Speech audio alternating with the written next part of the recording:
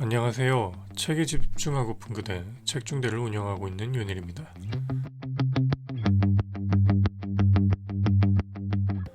오늘은 컨셉트를 바꿔봤습니다.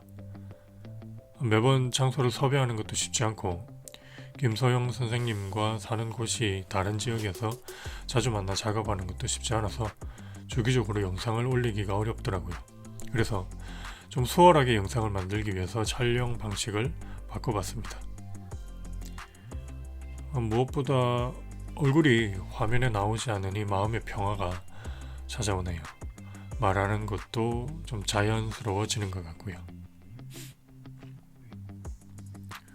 오늘의 독서 팁은 필기하며 읽기입니다.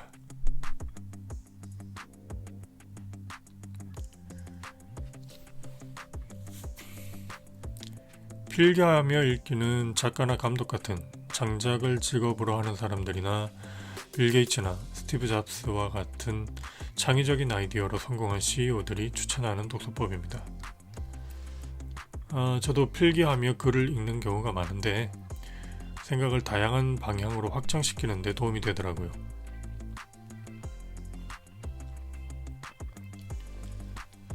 아이들이 마트에서 장난감을 고를 때 상당한 집중력을 보이곤 합니다. 뭔가를 찾고 고르는 행위 자체가 상당한 집중력을 유발하죠. 글 읽기도 마찬가지입니다. 수많은 문장들 속에서 한 문장이나 단어를 찾는 행위는 그 자체로 집중력을 촉발합니다. 그것을 일정한 방식으로 남기면 자신만의 독서 노트가 됩니다. 그럼 노트 작성법을 살펴보겠습니다. 독서 노트를 정리하는 방법은 매우 다양하고 정해진 방식은 없습니다. 그래도 한 두 가지 정도 원칙을 지켜야 하는데, 하나는 출처를 분명하게 하는 것과 다른 하나는 기록한 내용을 구분하는 것입니다. 이것은 이제 제가 손글씨가 워낙 악필이어서 이렇게 한번 정리를 해봤습니다. 여기서 우선 언급해야 될 부분은 출처를 분명하게 하는 것입니다. 책과 관련된 정보를 우선 기록하고 페이지를 써야 합니다.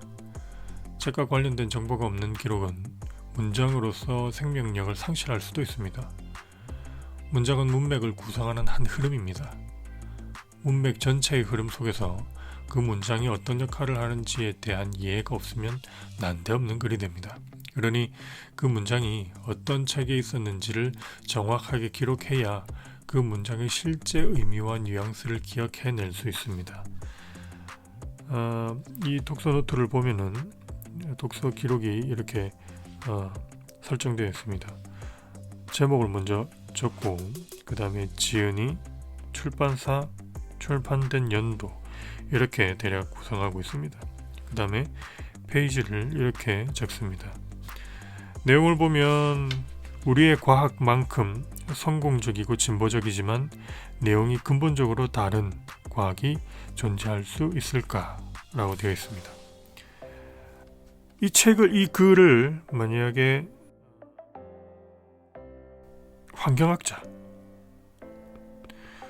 환경을 주로 다루는 사람이 만약에 썼다. 그래서 환경 문제에 관심이 많은 어느 학자가 쓴 글이라고 한다면은 의미가 전혀 다른 식으로 해석될 수 있습니다. 이 사람들은 과학이라는 것이 결국에는 인간이 자연 자원을 효율적으로 다루기 위해 발전시킨 것이라고 생각을 하고, 지금의 여러 산업이 발달하고 산업 자체가 환경에 악영향을 주는 이유 중 하나가 과학적 진보와 어느 정도 연관이 있다라고 주장을 하기 때문에, 만약 이 사람들이 이 글을 썼다면은 내용이 근본적으로 다른 과학이 존재할 수 있을까? 이것은 친환경적인 과학기술이라고 하는 것이 과연 존재 가능한가? 라는 식으로 해석될 수도 있습니다. 만약에 이것을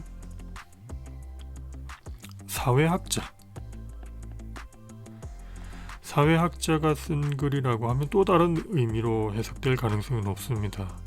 사회학자들은 사회의 변화나 이런 인간의 삶의 방식의 변화에 영향을 미치는 가장 중요한 요인 중 하나가 과학이라고 보는 경우가 많습니다. 그래서 과학기술이 발달하면 삶의 방식도 바뀌고 그것에 맞춰서 사회 구조도 바뀌게 되는데, 여기서 내용이 근본적으로 다른 과학이 존재할 수 있을까? 이 말은 사회의 변화에 영향을 주지 않는 과학이란 게 존재할까? 이런 식으로 해석될 여지가 있습니다. 장하석이라고 하는 분은 캠브리지 대학의 석좌 교수로 계시는 분입니다.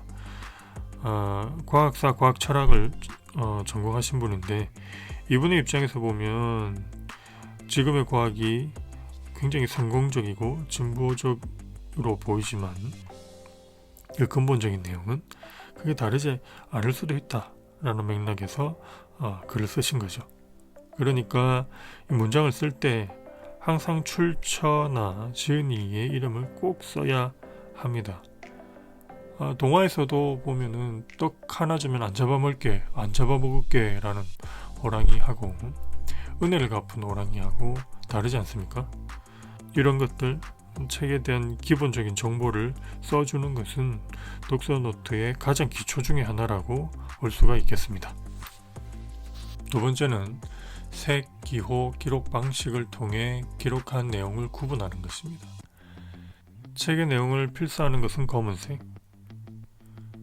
이해가 어렵거나 다른 설명이 필요한 부분은 붉은색, 자신의 생각은 파란색, 나름의 요약은 초록색 등으로 구분을 해보는 것이 좋습니다.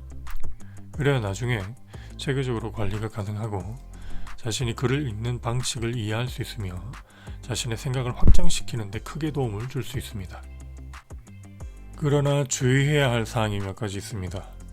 첫 번째는 정답에 집착하지 말아야 한다는 점입니다. 대부분의 경우 무언가를 쓰라고 하면 정답을 찾아야 한다는 강박에 시달립니다. 물론 작가의 의도를 정확하게 이해하고 그에 부합하는 문장을 찾는다면 좋겠지만 정답은 없습니다.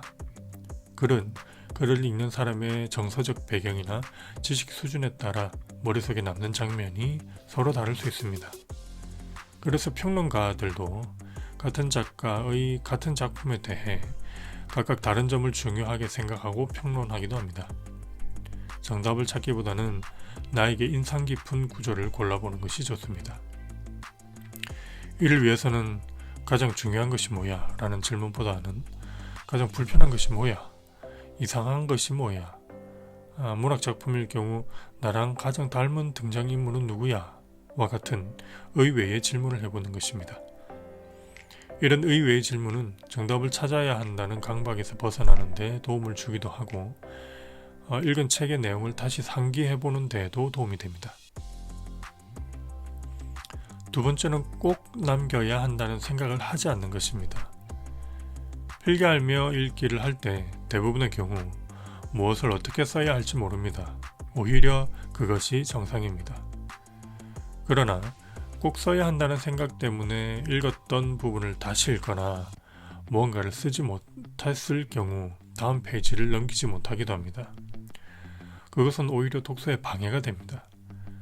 독서의 흐름을 끊거나 글의 전체 맥락을 이해하는 데 도움이 안 되죠.